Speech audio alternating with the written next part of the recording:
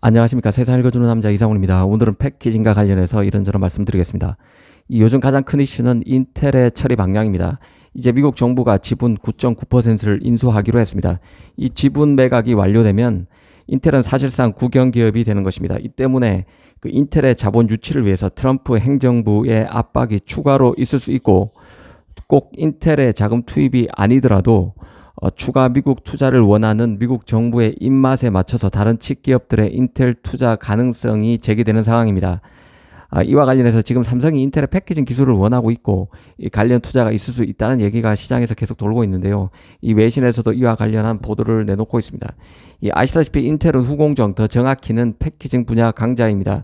이미 지난 5월에 리프탄 CEO가 파운드리 다이렉트 커넥트 행사를 통해서 인텔의 파운드리의 패키징 기술이 TSMC 삼성보다 더 낫다고 밝힌 적이 있죠. 이 전공정을 TSMC 삼성에 맡기더라도 후공정은 인텔이 처리해 줄 수 있다고 강조한 것입니다.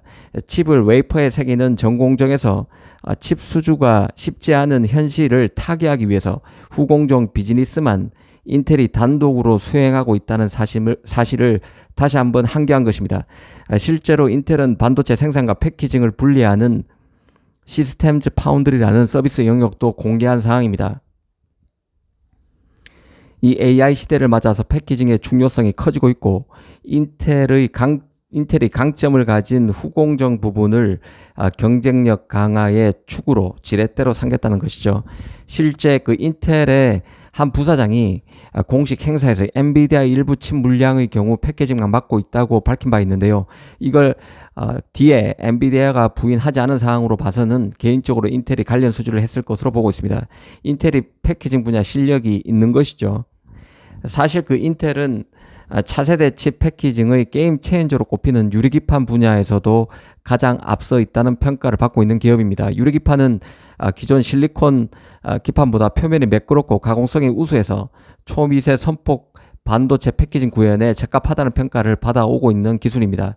삼성은 이미 2028년 유리기판 상용화를 통해서 그 AI 칩 패키징 생태계를 선점하겠다고 천명한 바 있는데요. 그런데 지금 인텔이 이 유리기판 분야도 자금난 때문에 투자가 힘들어서 철수 가능성이 나오고 있습니다. 이런 와중에 유리기판 패키징의 최고 인텔 전문가가 삼성으로 자리를 옮겼고, 그 이후에 미국 정부의 지분 인수가 발표됐습니다. 그렇다 보니 인텔이 다시 철수하려던 유리기판을 재정비할 가능성이 언급되기 시작했고, 그렇다면 삼성과의 협력설이 괜찮은 시나리오일 수 있다는 얘기가 시장에서 나오는 것이죠.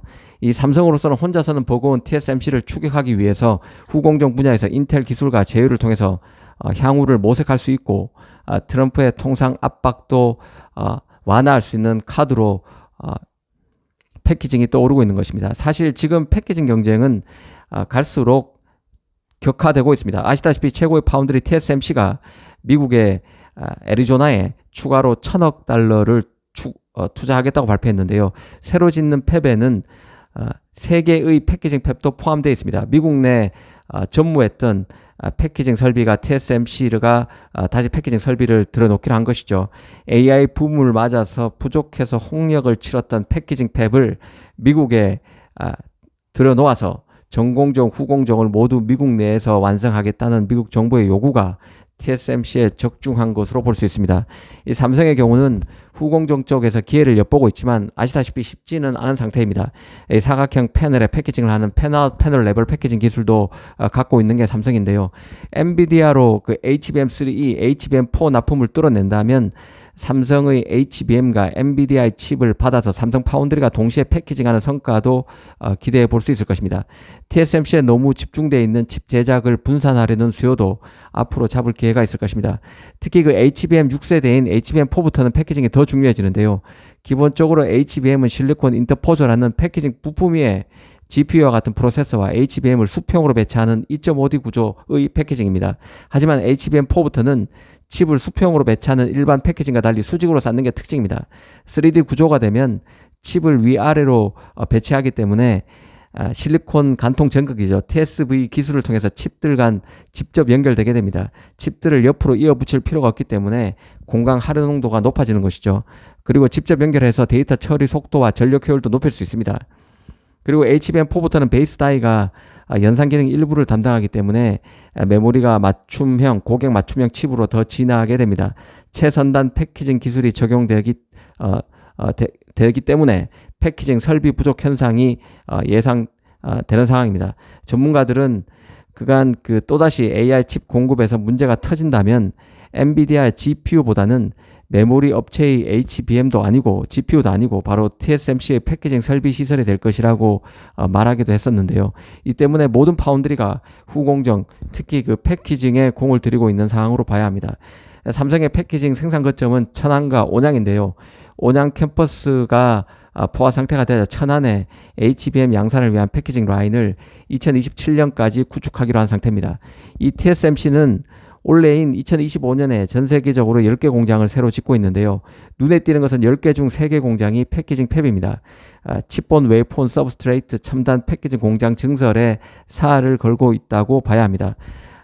특히 대만 이노룩스의 LCD 라인을 인수해서 패키징 팹으로 리모델링 하고 있는 방안도 지금 추진 중입니다. 라인을 증설하고 그것도 가급적 가장 빨리 하기 위해서 기존 공장을 인수하는 방안까지 도입한 것으로 보면 됩니다. 그런데 TSMC가 바쁜 것은 AI뿐만 아니라 AI가 뜨기 전 가장 수익성이 좋은 영역인 HPC에서도 칩본, 웨이폰, 서브스트레이트와 같은 최선단 패키징 기술이 필요로 하기 때문이기도 한데요. 이 때문에 TSMC는 2024년에도 이미 칩본, 웨이폰, 서브스트레이트 생산 능력을 전년 대비 2배까지 키웠고 2025년에도 계속 지금 설비를 증설 중이죠. 일전에 패키징 설비와 관련해서 많은 에피소드가 있기도 했습니다. 엔비디아 젠슨항 같은 경우는 TSMC의 엔비디아 프로세서 전용 패키징 제조 라인 설치 요청을 했었고 TSMC가 거절했다는 얘기도 돈 바 있습니다.